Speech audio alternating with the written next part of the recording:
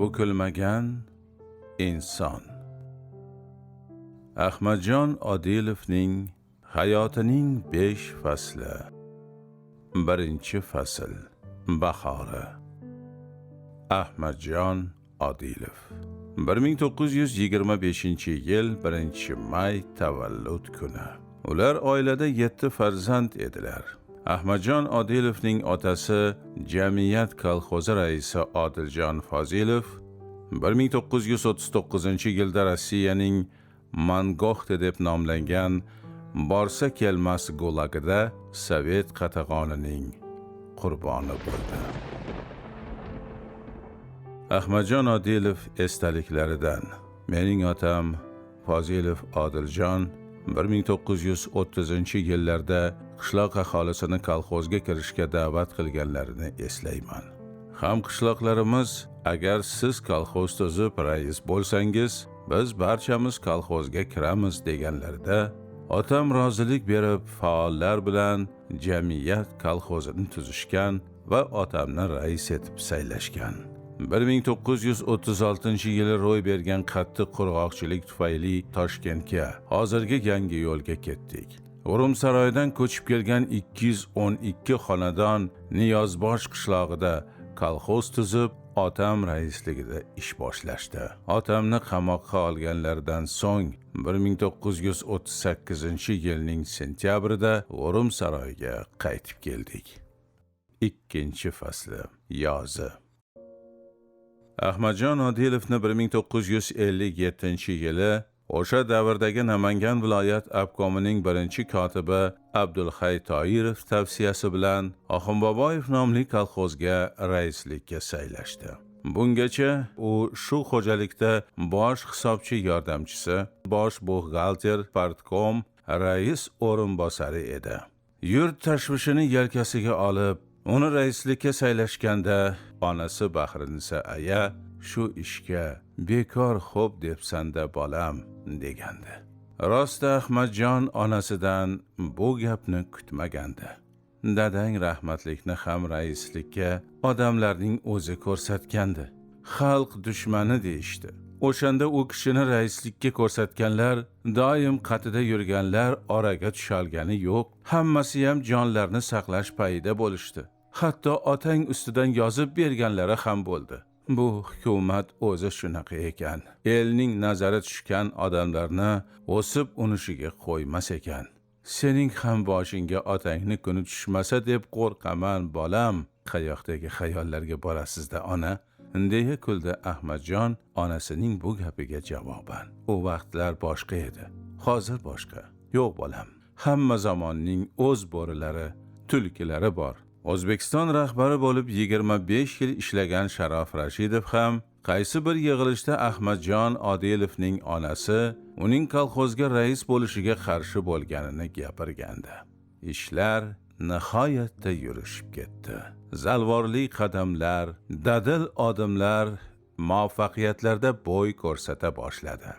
Ahmadjon Odilovning ish uslubi negizida tezkorlik, shaxt shijoat, sobit qadamlik, mehnatkashlik, avvalo rejalarni puxta tayyorlash, o'rta va pastki bo'g'im rahbarlarga talabchanlik, ilg'or, samarali fan texnika yutuqlarini amaliyotga keng tatbiq etish yotardi. Ishchil, tizimli sa'yi harakatlar pirovardida o'zi boshqarayotgan savxoz texnikum bazasida kichik xo'jaliklar birlashtirilib, yangi savxozlar tashkil etilib, sobiq SSSRda birinchilardan bo'lgan gigant Pop Agrosanoat birlashmasi barpo bo'ldi. Uchinchi fasli. Kuzi.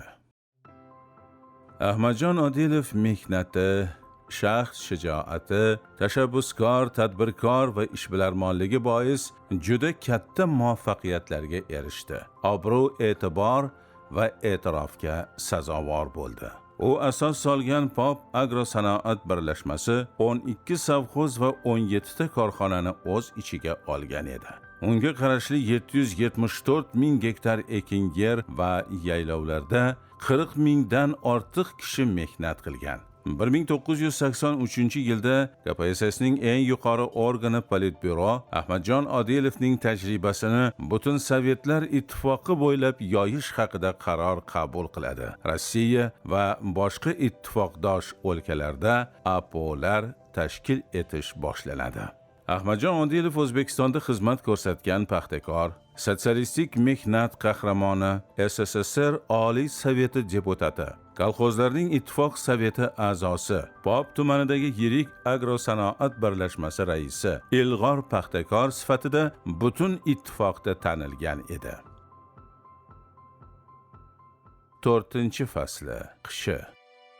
Ahmadjon Odilov hibsga olingan payt uning turmush o'rtog'i Chinnigul aya Otajonova yalang oyoq, uvvos solib qamoq mashina avtozak orqasidan yugurmoqda, yelmoqda edi. Chinnigul aya Otajonova estaliklaridan. Qaro kunlarim 1984-yil 13-avgustidan boshlandi. Tomorqadagi Makka jo'xorini o'rib turuvdim. Qo'shnilarim qiy-chuv qilib kirib qolishdi. Odilovni ushlab olishganmish. Hushim boshimdan uchib, ko'chaga yalangoyoq yugurib chiqsam, hamma yoqda avtomat ushlagan soldatlar, milisalar Odilovni olib ketishyapti. Qani endi yeta olsam? Orqalardan dod-voy qilganimcha qolaverdim. Keyinchalik gazetalarda Odilovni qamoqqa olib ketishayotganda bir kolxozchi ayol sevinchidan ko'chaga yalangoyoq otilib chiqdi va yig'ladi deb yozishdi. O'sha baxtiqaro ayol men edim. 270 tom, 47 ming betlik jinoyat ishi. Bironta joyda aybni bo'ynimga qo'ya olgani yo'q, deydi Ahmadjon Odilov. 7 yil va 9 oy Moskvada tergovda o'tirdi. Zulm, ta'ziq, azob, uqubatlarga arslondek dosh berdi. Birorta qora ko'z yurtdoshi, millatdoshini sotmadi. Odilov sudda raislik qilayotgan SSSR Oliy sudi a'zosini haqoratlarga ko'mib tashlagan. Meni sud qilishga haqqing yo'q. Sud O'zbekistonda bo'lishini talab qilar. SSSR Oliy sudida birorta sudlanuvchi o'zini bu qadar mag'rur va jasur tutmagan bo'lsa kerak. Ahmadjon Odilov nafaqat raislik qilayotgan sudyani, uning timsolida SSSR Oliy sudini, qolaversa davlatini ham haqoratlagani ko'rinar edi. Sodda qilib aytsak, ularning barchasini onasini Uchqo'rg'ondan ko'rsatgan edi. Moskvaning Izvestiya gazetasini taniqli huquqshunos sharhlovchisi Yuriy Feofanovning Ahmadjon Odilov haqidagi sharhidan. Hozir Odilovning aybi haqida gapirishga hojat ham yo'q, haqqimiz ham. Chunki hukm chiqarilgani yo'q. Lekin 7 yil va 9 oy qamoqda o'tirish davlatning odamga qarshi tashlangan qatag'on apparatining qudrati va tamoman chegarasiz, nazoratsiz tergovi Ahmadjon Odilov misolida kuchsizligini ko'rsatdi. U qamoqning birinchi onlaridanoq qo'yilgan ayblarni butunlay rad etdi. O'tgan yillar davomida biror marta ham o'z munosabatini o'zgartirmadi. Ayblov qarorining birontasini ham tan olmasligini qat'iyat bilan bayon qildi. Sudda o'zini mag'rur tutdi. Himoyada emas, hujumda bo'ldi. 1991-yil 13-dekabr Toshkent. O'zbekiston Yozuvchilar uyushmasi birinchi anjumani sobiq Pop Agrar ishlab chiqarish birlashmasi bosh direktori Ahmadjon Odilovning 8 yildan buyon qonunsiz ravishda qamoqda saqlanayotganligi munosabati bilan qat'iy norozilik bildirdi. Ahmadjon Odilov O'zbekiston fuqarosi, sud hukmisiz jinoyatchi deb e'lon qilinib, og'ir azob va uqubatlarga giriftor etildi. Ahmadjon Odilov davrida o'zlashtirilgan yerlar, tashkil etilgan xo'jaliklar har yili davlatga minglab tonna paxta, pilla, meva, sabzavot, chorva mahsulotlari yetkazib bermoqda.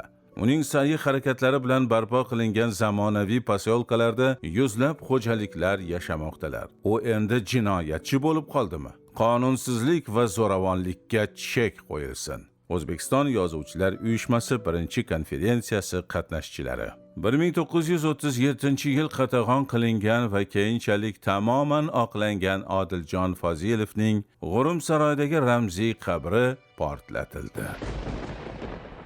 mal'un tergovchilar, jaholat askarlari bu qabrdan Ahmadjon Odilovning oltinlarini izlashganida, natija esa hamon yo'q. 1991-yil dekabrida Sovet hukumati tugatilib, O'zbekistonda birinchi prezidentlik saylovi arafasida Ahmadjon Odilov ozodlikka chiqdi. Biroq ozodlik uzoqqa cho'zilmadi. 1993-yilda Ahmadjon Odilov 5 tonna ammafos o'g'itini talon-taroj qilishda ayblanib qamoqqa olindi. Shu yilning o'zida sobiq SSSR prokuraturasi olib borgan tergovi asosida 10 yil qamoq jazosi tayinlandi. Ahmadjon Odilov hayotida qamoqlar poygasi boshlanib ketdi va 15 yil davom etdi.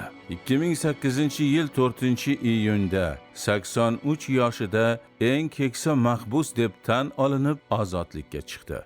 Alloh taoloni chizgan chizgidan chiqmasliklarini, qonunlarimizga itoat etishlarini, o'zimizdan saylangan rahbarlarga itoat etishlarini, qonuniy talablariga itoat etishlarini so'rayman hammalarga.